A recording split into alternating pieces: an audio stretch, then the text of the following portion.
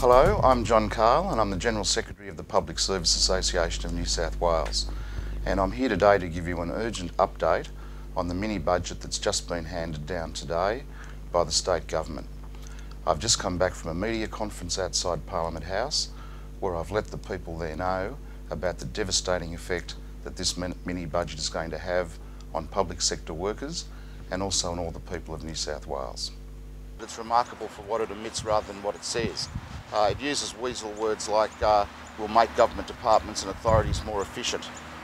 What that really means is that there'll be job cuts across the board, across the public sector. In short, this mini budget is a complete disaster. It's just a mixture of privatisation and job losses. There are 4 areas that will be privatised. The first of these is pillar administration in Wollongong, which looks after the superannuation funds of public sector workers. Jobs will go as a result of this privatisation, possibly to overseas call centres, and the fees you pay on your superannuation may well rise as a result of this. The second thing to be privatised is state lotteries.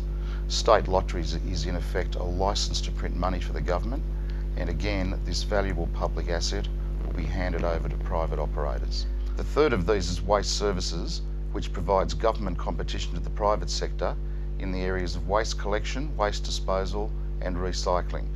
Were the private sector to take over this important area completely, it's inevitable that charges to local councils would rise for this service, and therefore council fees to residents and ratepayers would go up as well.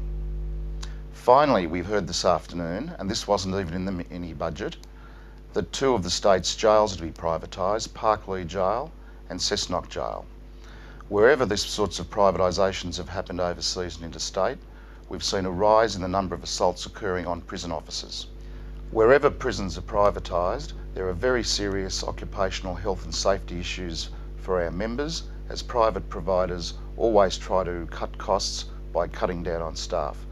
This means a less safe working environment for prison officers, a less safe environment for prisoners, and a less safe environment for the community in general. Prisons should not be run for profit. Prisons should be run as part of the government's justice system. If we add up all the jobs in those areas to be privatised, we see that around about 2,000 jobs will go immediately out of the public sector. On top of this, there's now a freeze on recruitment of new staff, and we estimate that each year that means another 2,000 staff will go out of the public sector as well. There'll be 2,000 less people working with you and your colleagues. The government expects those workers remaining in the public sector to get by and to do the work and provide the services they currently do. We don't believe the public sector can sustain job cuts of this magnitude, and we're going to do something about it. We fought the government hard to get the recent 4% increase, and we'll fight them just as hard to prevent these job cuts from happening. Last year, we launched and successfully ran the Job Cuts Equal Services Cuts campaign, and that's the message that we want to get across to the public again, that for every job that's cut out of the public sector, it means a cut in services to the public. We'll continue that campaign for as long as it takes to hold this government accountable and to have those jobs restored. I'd urge you all to get in touch with your local member, let them know just how hard you work and just how valuable your job is. The only thing that politicians understand is political pressure, so the more pressure we can put on politicians, the better it is. This campaign will continue until staffing levels in the public sector are restored to proper levels.